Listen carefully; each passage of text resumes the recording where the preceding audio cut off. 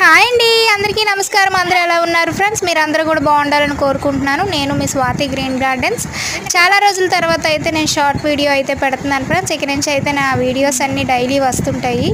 మా అబ్బాయి అయితే సండే అవ్వడం వల్ల మేమైతే కొత్త తోటలోకి అయితే వచ్చామన్నమాట. శుభ్రం చేద్దామని చెప్పి వాటరింగ్ శుభ్రం చేద్దామని చిలకడ దుంప అయితే తీసాడు ఫ్రెండ్స్. మా అబ్బాయి అగో వాటర్లో కడుగుతున్నాడు.